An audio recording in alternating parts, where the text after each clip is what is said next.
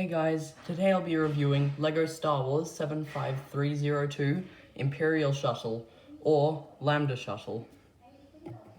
Here is the Darth Vader figure that comes in the set.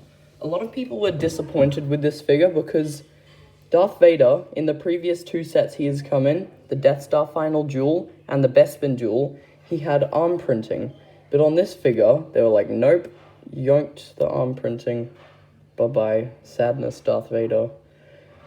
But yeah, he's got the standard torso print for Darth Vader in recent years. Same leg print and waist print. He's got the post-2016 helmet, which I can never get over this odd look of him looking upwards all the time.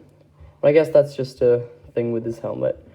And he uses a more sturdier of the capes, but I think it's somewhere in the middle between the old, really stiff ones and the newer, softer ones. LEGO is really confusing with this kind of thing. And of course he has his lightsaber. Next up is Luke Skywalker in his Return of the Jedi outfit.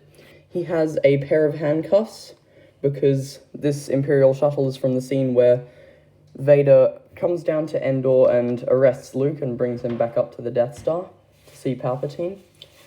And he has his green lightsaber, and not the blue one. You know what I mean if you know what I mean. And he uses this normal old hairpiece. This hairpiece has been around for such a long time now. I feel like they should update it, but it just, there's no need to update it. It works perfectly. And as usual, he has that back face print, a more angrier look. And yeah, you can still see his chin underneath there.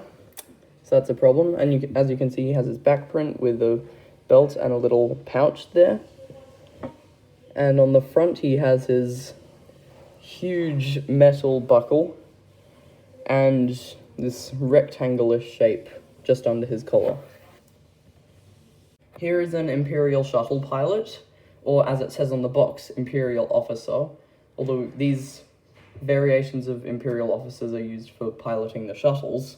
So he's technically an Imperial Shuttle pilot, but whatever, it doesn't really matter. This guy is pretty much the same Imperial Shuttle pilot that we've had over the many years of Imperial Shuttles and sets that have come with Imperial Shuttles.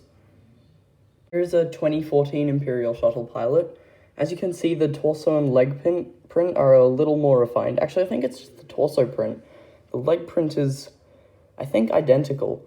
The face print is also identical, and you may be wondering, you can see the eyebrows on this guy, but not this guy. That's because they actually have different hats. This guy uses an older mold of cap, but this guy has a newer style with a little logo on the front there.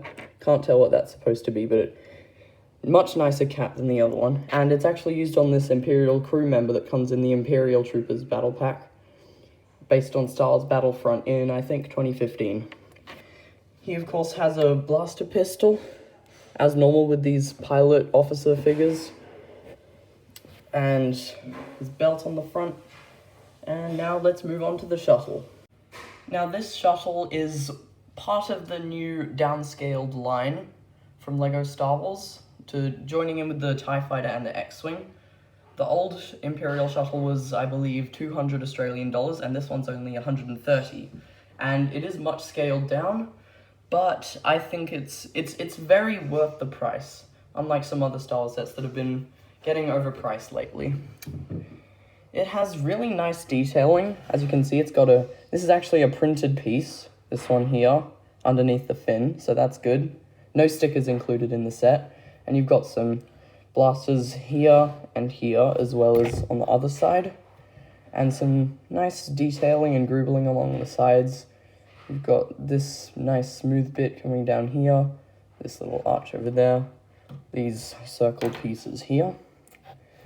And now let's move on to the features. We'll start by taking a look at the cockpit. Now this is a little oversized compared to the actual shuttle, and this windscreen is a bit big, so I reckon the cockpit is probably the worst part of the set for those reasons and this reason. Like, what is this? It's a big chunk of Technic bricks and stuff. You've got stud shooters on the side, Can they not just put spring-loaded shooters around this area like they did on the older shuttles?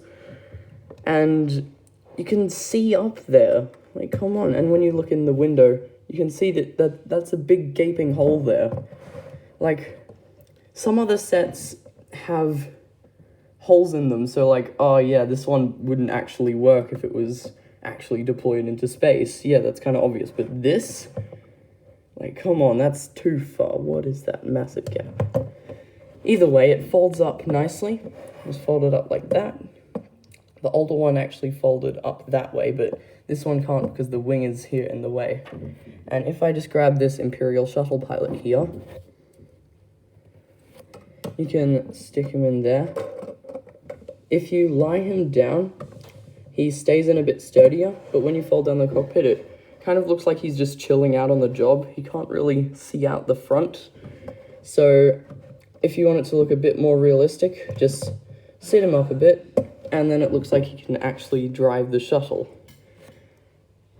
Now, this interior space is a much better way of getting into it than the other shuttles, because on the 2015 one, you had to get this panel, which was covered with studs instead of bricks, and you'd fold it up like that, and then you'd have this quite small access to the interior space. But this one, if you can see this little bit, you just fold that up, and it unhooks it, and you can fold that back up. It's really ingenious. Like, put that down, folds right back into place.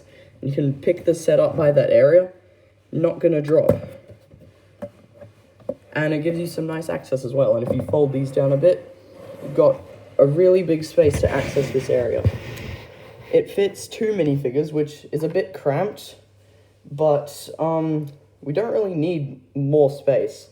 The older shuttle from 2015 included space for 5 minifigures because it included 5 minifigures in the set. And since this one is downscaled, it can only fit 2 figures in the back, and I've managed to be able to fit 3 in there if you position them correctly, standing up or lying down in strange positions. But if I just grab the Luke and Vader figures, they fit in there pretty nicely. You can just drop Luke in that seat, and Vader can go in this seat. Now, because of his sturdier cape, if you put him in here, the cape folds up, and I found if you leave him in there for long enough, the cape will get a bit crinkled, and if you leave him there for, I don't know, a few days, it's gonna get bent, and you might have to buy a new one if you care about a damaged cape. But I've found out a good place to store their lightsabers. You can lie them on these shelves on the side, or you can actually just drop it in there. And as you can see, in that little crevice along here, the lightsabers actually fit quite nicely. See? They just slot alongside Luke and Vader there. And you can close that up. And there you go, ready to take off. Speaking of taking off, this set does it pretty well. You can easily lift the shuttle. In fact, you can pick it up by this Technic spine on the main wing, and it won't break at all. Like, I can shake it like this, not breaking. And those little parts you can hear inside shaking around are just the lightsabers. And you just fold each of those down, make sure they're straight, and you can just swoosh it about. And let me reposition the camera for you guys. So as you can see, it's pretty large and imposing. Pretty tall when it's all stretched out, and it's pretty swooshable. Nice to do that with, I guess. Yeah, really good for swooshability. And now I've just folded the wings out a bit so that we can see the detailing a bit more. So as you can see, it's got this cylindrical shape along there with some gaps in it for the wings to connect. Obviously, same on the other side. And as I showed you before, this wing is held up by these 2 Technic spines in the middle. And unlike older shuttles, if you pick it up by that, it won't break. Like, it's really good connection there. And on the back, if we take a look at the engines, you've got trans blue tiles and a really nicely smoothed out area here. And you've got these 2 blasters on the back. They can move up and down if you want them to. And when you have these wings folded up, they do look a bit ugly on the underside, but in my opinion, it doesn't really affect the displayability. You've also got the 3 trans yellow lights on each of the wings, a really iconic part of the Imperial Shuttle. And you've also got these 3 light grey patches on the wing, and also one on this wing and one on this wing, which reflect its colour in the movies. This Imperial Shuttle is really worth the value at its price point of 130 Australian dollars, and I think 80 US dollars. If I'm mistaken, just correct me in the comments. And all of these remakes recently, in the January and March waves of this year, 2021, there have been lots of remakes, the TIE Fighter, the X-Wing, and this Imperial Shuttle. A lot of people think they're unnecessary, but people like me, I've never bought a TIE Fighter, X-Wing, or specifically Imperial TIE Fighter, Rebel X-Wing, or Imperial Shuttle in the past, and seeing them in, for example, The Mandalorian made me want to buy them, so I did, and that X-Wing review's coming out pretty soon. And having them at these scaled down versions and lower price points made them easy to get, and now I can recreate those scenes from The Mandalorian, or once I get the figures from later in this year, when they release, hopefully. Crossing my fingers. Please, LEGO. Anyway, thanks for watching. Please like and subscribe for more content like this, and see you all in the next video. Bye!